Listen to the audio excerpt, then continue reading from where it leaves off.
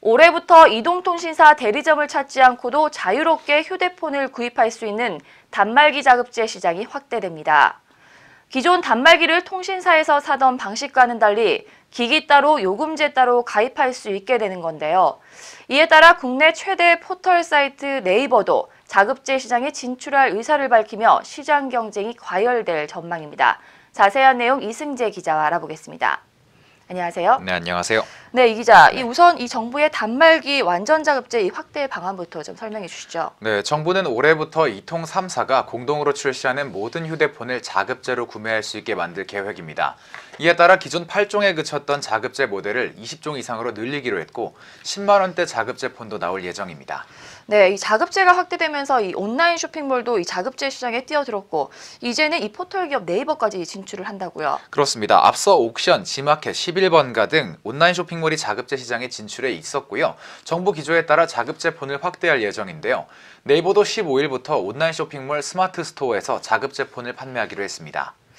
네, 이렇게 이 단말기를 구매할 수 있는 채널이 많아지면 이 기존의 이 단말기 판매를 거의 독점하다시피 했던 이동통신 3사 대리점과 판매점은 이 수익이 하락하는 걸 좀 피할 수가 없겠네요. 그렇습니다. 대리점과 판매점은 이동통신사로부터 판매 보조금을 받아서 소비자들의 새 단말기 구매를 지원하는데요. 이를 원치 않을 경우엔 선택 약정 할인을 받을 수가 있습니다. 스마트폰 성능이 고도화되면서 제품 교체 주기가 길어지고 또 그래서 소비자들은 선택 약정 할인을 보통 선택하지 새 제품을 구매하진 않게 되는데요.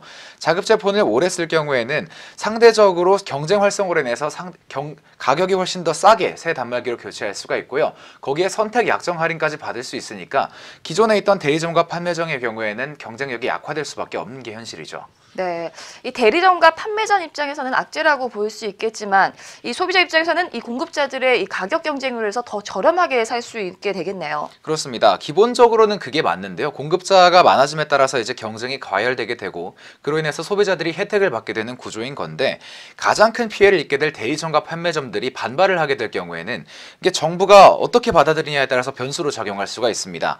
만약에 정부가 이들의 반발을 수용을 해서 자급제 폰 무료 배송이나 할인 쿠폰 등의 제동을 걸려고 할 경우에는 소비자들에게 돌아가는 혜택이 상대적으로 줄어들 수밖에 없다는 분석이 나오고 있습니다. 네, 단말기 완전 자급제 확대로 인해 소비자들은 이득을 보지만 이 기존 유통업체들은 손해를 볼 가능성이 높은 게 현실인데요. 이 양측의 이익을 보장하려면 상당히 많은 어려움이 따를 걸로 보입니다. 앞으로 유통업체들과 정부의 행보를 지켜볼 필요가 있겠습니다. 지금까지 이승재 기자였습니다. 고맙습니다.